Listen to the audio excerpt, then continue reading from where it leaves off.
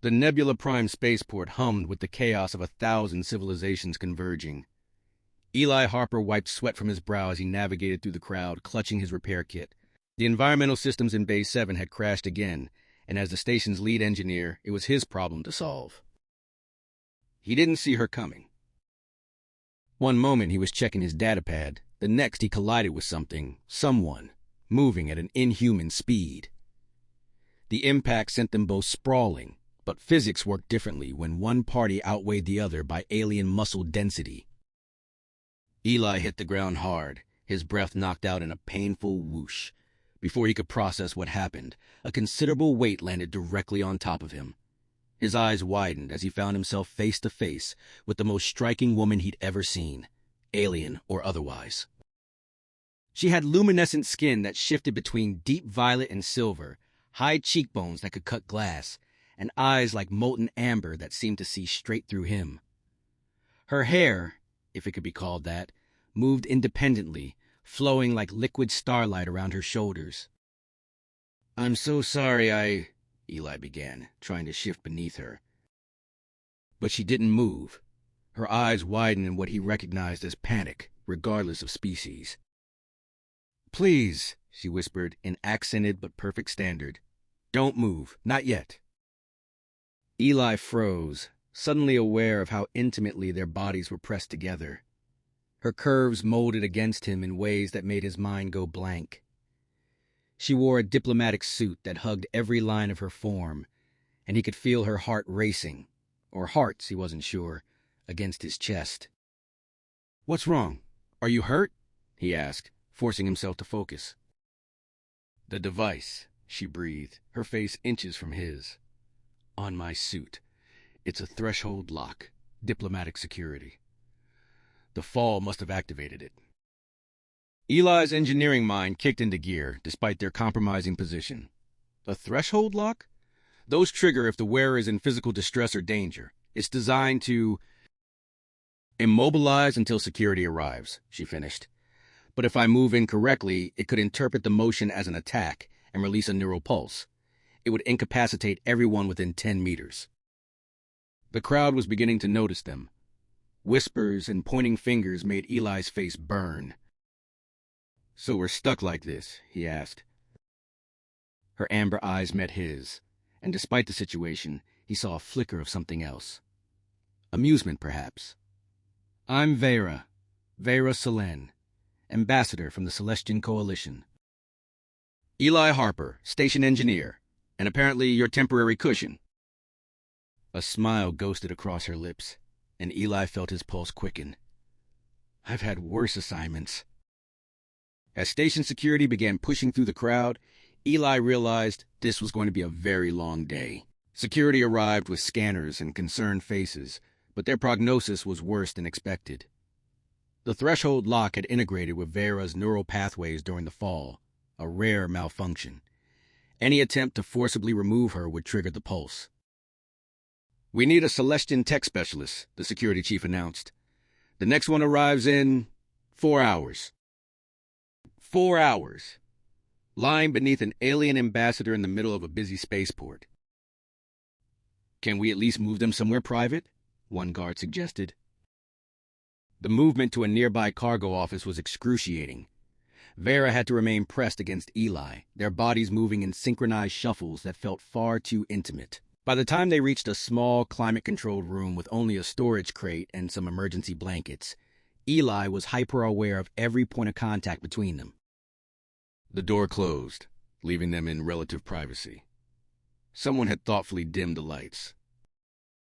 "I'm truly sorry about this," Vera said softly. Her breath was warm against his neck, carrying a scent like ozone and midnight flowers. "This is highly undignified for both of us." "It's not your fault," Eli assured her. Despite the situation, he couldn't help but notice details, the way her skin seemed to shimmer in the low light, how her alien physiology made her simultaneously familiar and foreign. "Though I admit this isn't how I imagined meeting my first Celestian." "Oh? You imagined meeting one of my kind?" There was a playful lilt to her voice now, tension easing slightly. Eli felt his ears burn. I've read about your people. The Celestian Coalition is known for advanced biotechnology. It's fascinating work. Smooth recovery, she teased. Then her expression grew serious. Eli, I need to warn you. My people experience temperature differently than humans. As time passes, my body will generate more heat. It's a biological response to stress. Already, he could feel warmth radiating from her. How much more heat? Enough that this might become uncomfortable for you. As if summoning it, a wave of heat pulsed through her body. Eli bit back a gasp. It wasn't painful, far from it. The warmth seeped through his clothes, making him acutely aware of everywhere she touched him. Vera shifted slightly, trying to redistribute her weight, and the movement sent a different kind of heat through Eli entirely. Her thigh pressed between his legs, her hands braced on either side of his head. Sorry, she whispered, her face now so close he could count the subtle patterns on her skin, constellations of freckles that literally glowed. It's okay, he managed, though his voice came out rougher than intended. An hour passed, then another. The heat from Vera's body had turned the small room into something between a sauna and a cocoon. Both had shed their outer layers. Eli down to his undershirt, Vera having somehow managed to release the formal diplomatic jacket, revealing a form-fitting underlayer that left very little to imagination. Tell me something, Vera said softly. They'd been talking, mostly, learning about each other, their worlds, their work. It made the situation more bearable, even if the forced intimacy was becoming increasingly charged. Do human engineers always smell this good, or is it just you? Eli laughed, startled. I've been crawling through maintenance ducts all day. I promise I don't smell good. You smell like copper and cinnamon and something electrical, she corrected. It's pleasant. Her eyes held his with an intensity that made his stomach flip. My people are very scent-oriented. What do I smell like to you? He asked before he could stop himself. Her luminescent skin darkened several shades. A blush, he realized. Like someone I'd like to know better, under different circumstances. The admission hung between them. Eli became aware of his hands, which had unconsciously moved to rest on her hips, helping to support her weight. These circumstances are pretty different, he said quietly. Vera's hair, those independent tendrils, had begun to move more actively, drawn by her emotions. One brushed against Eli's cheek, and the sensation was electric, like silk and static combined. Sorry, she said quickly, though she didn't move the tendril away. They have their own will when I'm emotional. What emotion? Eli dared to ask. Her amber eyes darkened to honey gold. Can't you guess? More tendrils began to move, exploring the space around them with curiosity. One traced his jawline, another curled around his wrist. The touch was feather-light but incredibly sensual. Vera, he breathed. I know. This isn't appropriate. I'm a diplomat, you're. She trailed off as he shifted beneath her, and the movement pressed them together in a way that made them both gasp. Oh. I'm just a guy who's extremely aware that you're beautiful, Eli finished, and that we're pressed together in ways that would be intimate even if we weren't from different species. Her hand moved to cup his face, thumb tracing his cheekbone. In my culture, touch is sacred. We don't share it lightly. Then I'm honored. She leaned closer, her lips almost brushing his. You should be. Another hour crawled by with excruciating slowness.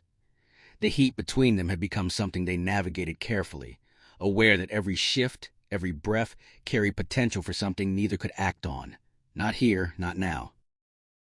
But awareness and action were different things, and Eli found his mind wandering to dangerous territories. The way Vera's body moved against his when she breathed, the small sounds she made when she tried to adjust position, the increasingly bold exploration of her hair tendrils, which seemed determined to map every inch of him they could reach. Eli, Vera said suddenly, her voice tight, I need to tell you something about the device. He forced himself to focus on her words instead of her proximity. What about it? The threshold lock. It doesn't just respond to physical threat. It responds to elevated emotional states. Fear, anger. She paused, biting her lower lip in a gesture that was entirely too human and entirely too distracting. Arousal. Understanding dawned. You're worried that if my biometrics spike too high, it might interpret it as distress. Her skin flushed darker. And I'm currently experiencing elevated readings. So was Eli. His heart hammered against his ribs, and he was certain she could feel it. Okay, so we need to stay calm. Yes.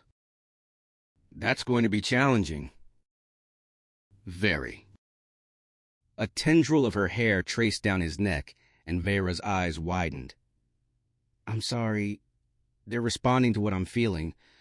I'm trying to control them, but you're attracted to me, Eli finished, surprised by his own boldness. Vera didn't deny it. Intensely. Is that mutual? God, yes. They stared at each other, the confession hanging between them like a live wire. Then Vera started to laugh, a rich, musical sound that made Eli's heart squeeze. This is ridiculous, she said. We're trapped in a closet. I can't move without potentially causing a catastrophe, and all I can think about is how much I want to kiss you. Eli grinned, despite their situation. For what it's worth, that's all I've been thinking about for the last hour. Her expression softened. Tell me about yourself, your work, your life.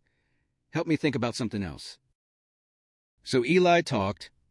He told her about growing up on Earth, about always looking at the stars and wanting more. About the first time he fixed something broken and felt the satisfaction of making something work again. About coming to Nebula Prime and finding a home among the diverse species that populated it.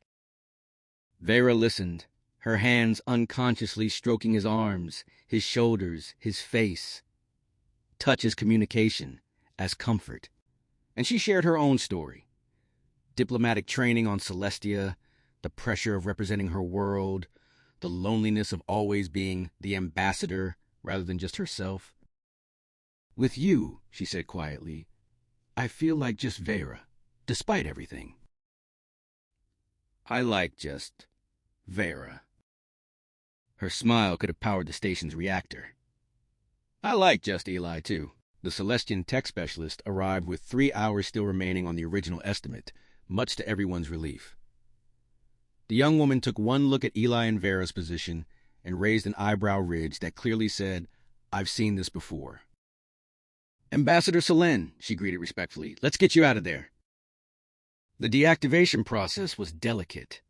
The specialist attached neural dampeners to carefully mask Vera's elevated biometrics before beginning the unlock sequence. Eli had to remain perfectly still as she worked, which was increasingly difficult as Vera's body responded to the anticipation of freedom and the reality of their imminent separation.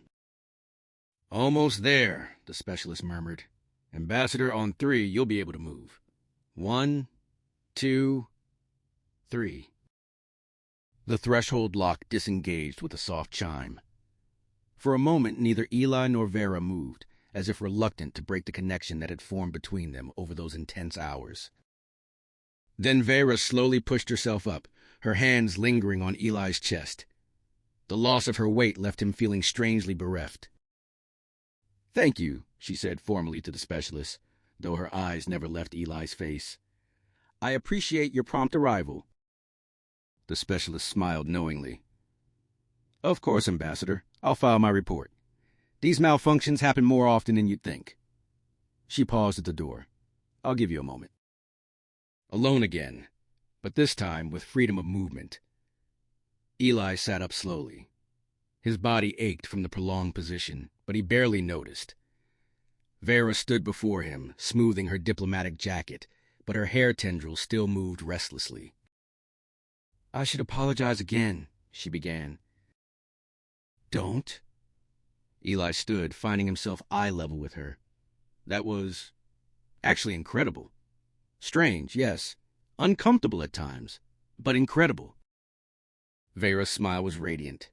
I thought so too. She reached out, her fingers intertwining with his. Eli Harper, station engineer. Would you perhaps like to have dinner with me? Under more conventional circumstances? I would like that very much. Tonight, my quarters are private, and I promise I'm an excellent cook. Celestian cuisine is supposedly quite appealing to human palates. Her voice dropped lower. And we could continue getting to know each other without the threat of neural pulses. Eli's mouth went dry at the implication in her tone. What time? 2000 hours. Deck 12, Ambassador Suite. I'll be there. Vera leaned in, her lips brushing his ear. Wear something comfortable. I have a feeling we'll be spending significant time getting acquainted. Then she was gone, leaving only the scent of midnight flowers and the memory of her warmth. That night, when Eli arrived at her suite, Vera opened the door wearing flowing Celestian silk that revealed more than it concealed. Her hair tendrils reached for him immediately, curling around his wrists, his neck, drawing him inside. I've been thinking about you all afternoon, she confessed as the door sealed behind them. Same here. I couldn't stop remembering how you felt beneath me, how you looked at me. She pressed close, her hands sliding up his chest. I kept wondering what it would be like if we weren't interrupted. Eli's hands found her waist, pulling her flush against him. Want to find out? Her answer was a kiss that tasted like starlight and promise, the first of many that night, as they discovered that sometimes extraordinary situations revealed extraordinary connections. And sometimes the best meetings came from the most unexpected collisions.